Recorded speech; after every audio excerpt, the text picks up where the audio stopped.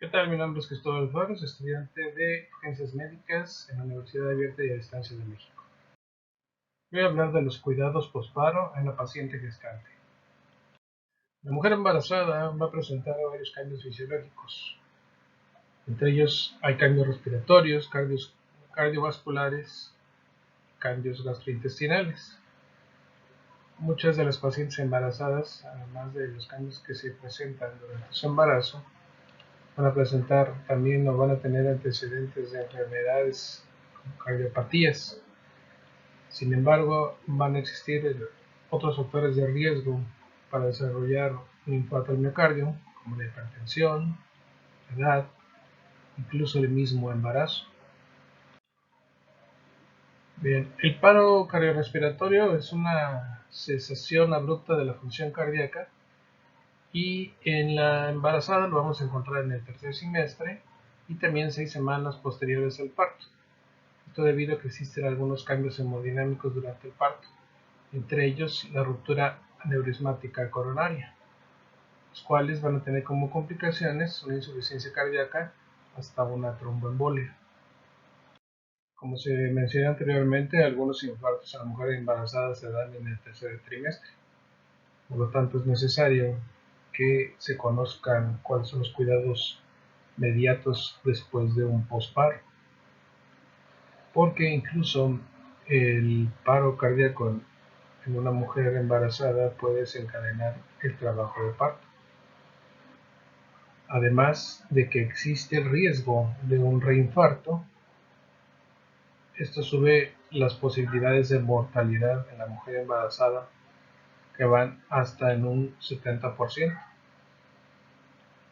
Por eso es necesario que los cuidados inmediatos al posparo se hagan o se identifiquen de la mejor manera con el fin de disminuir el porcentaje y aumentar la sobrevida de la paciente. Bien, el síndrome de posparo cardiorrespiratorio va a depender fundamentalmente de dos cosas. En primer lugar, el tiempo que transcurre desde el inicio del paro hasta la realización de las maniobras de RCP. Y en segundo lugar, el tiempo que transcurre entre el inicio de las maniobras de RCP hasta el retorno de la circulación. Para ello, debemos basarnos entonces en 4 situaciones que son la ventilación, la oxigenación, la optimización hemodinámica y la hipotermia terapéutica. En el posparo de la paciente embarazada se nos pueden presentar varias situaciones que debemos controlar. En primer lugar, en cuanto a la ventilación, hay que evitar aquí dos cosas: que se den periodos de hiperventilación y periodos de hipoventilación.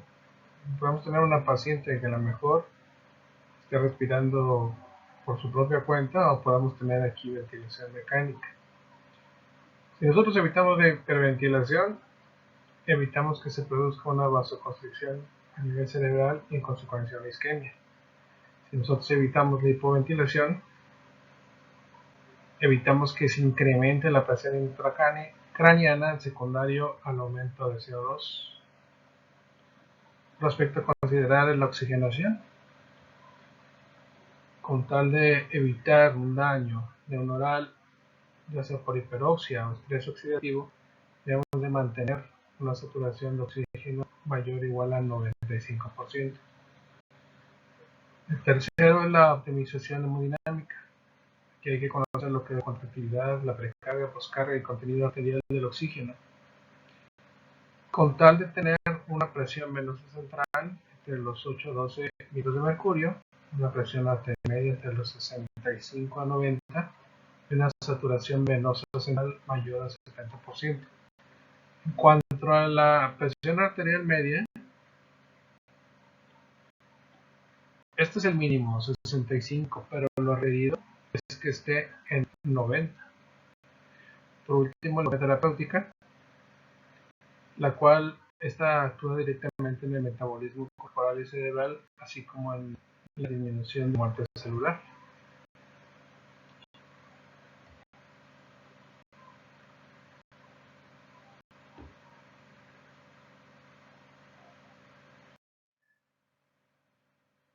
Durante el transporte de nuestra paciente al hospital donde se le va a atender, hay que tener en cuenta varias cosas.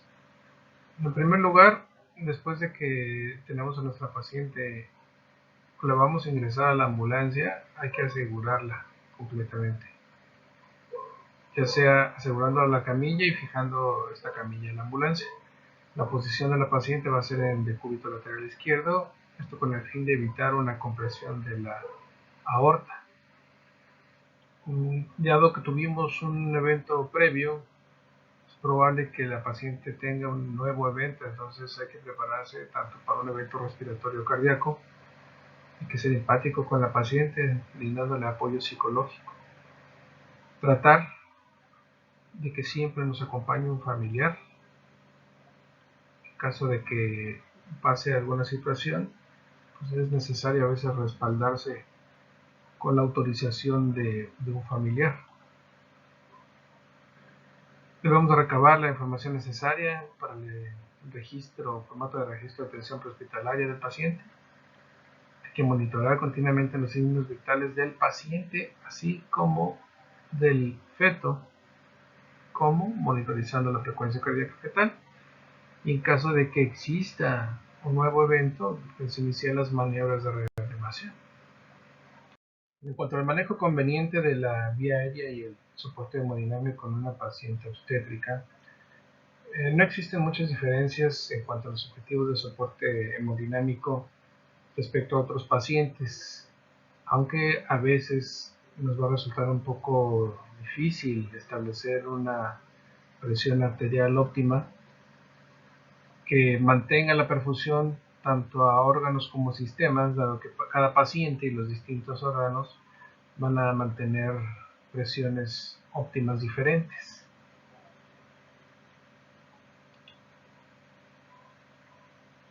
Entonces aquí tenemos que vigilar tres cosas: la presión arterial sistólica, la presión arterial diastólica y vigilar la presión arterial media. Como lo había mencionado anteriormente, debemos de mantener una adecuada tensión arterial media entre 65 a 90, pero la ideal es que esté en 90 milímetros de mercurio. En caso de que exista una presión arterial disminuida, lo que debemos hacer es incurrir en la infusión de vasopresores como la noradrenalina. De igual manera, debemos de mantener un índice cardíaco superior o igual a 2.6 litros minuto por metro cuadrado, de lo cual, a lo contrario, debemos de infundir algunos medicamentos como la dobutamina y tratar de mantener una frecuencia cardíaca entre los 60 a los 100 latidos por minuto. Para el control de la vía aérea va a ser importante aquí dos situaciones. Una, mantener la presión arterial de oxígeno en un 95%, mantener los valores de dióxido de carbono entre 32 a 35 milímetros de mercurio. ¿De qué manera? Disminuyendo la hiperventilación y evitando la vasoconstricción cerebral. La hipoxia fetal va a ser secundaria a que nuestra paciente posparo presente acidosis, hipoxia e hipercapnia. Entonces, por eso es importante mantener estos niveles óptimos. Otra manera de corregir la hipoxia fetal es corrigiendo la hipovolemia, corrigiendo la hipotensión materna, así como el gasto cardíaco. Nuestra falta de oxígeno, nuestra paciente se puede deber a varias razones, y estas son las maneras de tratarla. Si tenemos una paciente con hipotensión, la vamos a tratar con vasopresores. Si tenemos una paciente con hipovolemia, vamos a utilizar expansores de volumen. En caso de que tenga insuficiencia respiratoria de choque, aquí nos lo vamos a complementar con oxigenoterapia o con asistencia ventilatoria. Y en casos más graves, si tenemos una paciente anémica y a nivel institucional, se le va a transfundir sangre.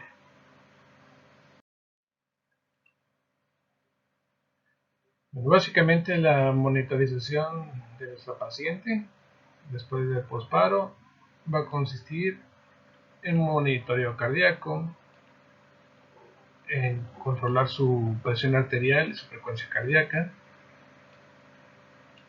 controlar la saturación de oxígeno, controlar la diuresis y los fluidos administrados. Debemos de ver qué tanto solución o qué tantos cristaloides le estamos ingresando y también cuánto están saliendo. De qué manera le colocamos una sonda Foley con una bolsa a derivación. Y por último, ver que tenga una adecuada ventilación y una administración correcta de oxígeno. Como ya se mencionado anteriormente, hay algunos medicamentos que vamos a ocupar en el posparo de la paciente obstétrica. Sin embargo, algunos de estos medicamentos también dependen de la causa que originó el paro. Por ejemplo, en este cuadro vemos algunas causas que son obstétricas y unas causas que son no obstétricas. Entre ellas la hemorragia, los trastornos hipertensivos, entre estos tenemos a la preeclampsia y la eclampsia, el síndrome de HELP, el embolismo de líquido amniótico, la cardiomiopatía periparto.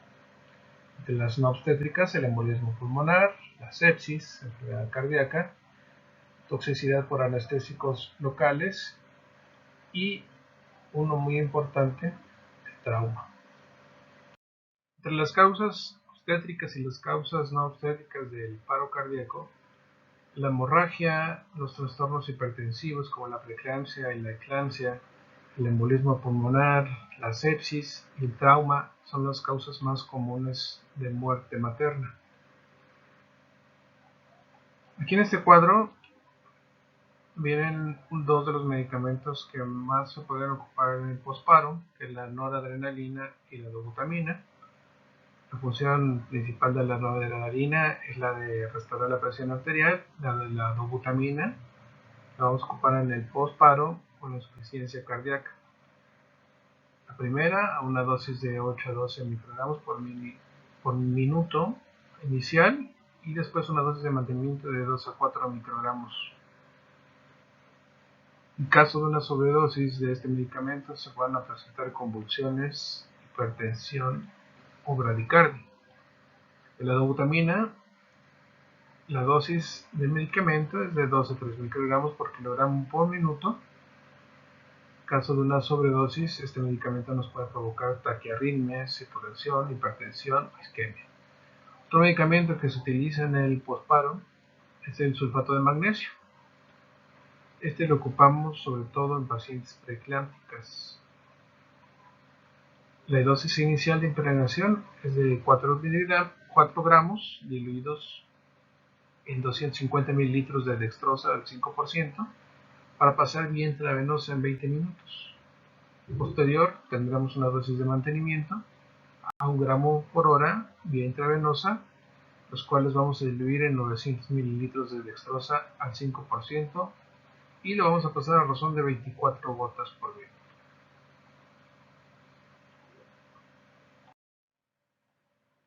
Las recomendaciones para el cuidado posparo a la reanimación cardiopulmonar en una paciente obstétrica van a ser estas.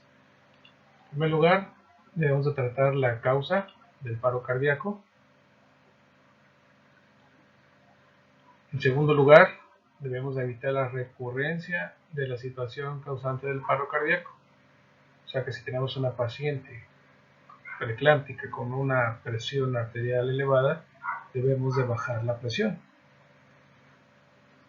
Al controlar nosotros la presión y la saturación de oxígeno, la correcta ventilación, vamos a optimizar la perfusión de la sangre a órganos, principalmente al cerebro.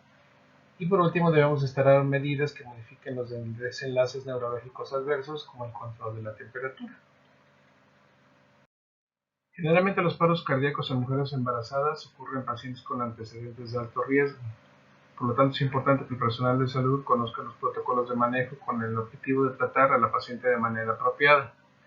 Es importante seguir las recomendaciones de la American Heart Association, así como los protocolos de cuidados inmediatos, traslado y soporte cardiovascular en pacientes obstétricas. Por su atención, muchas gracias.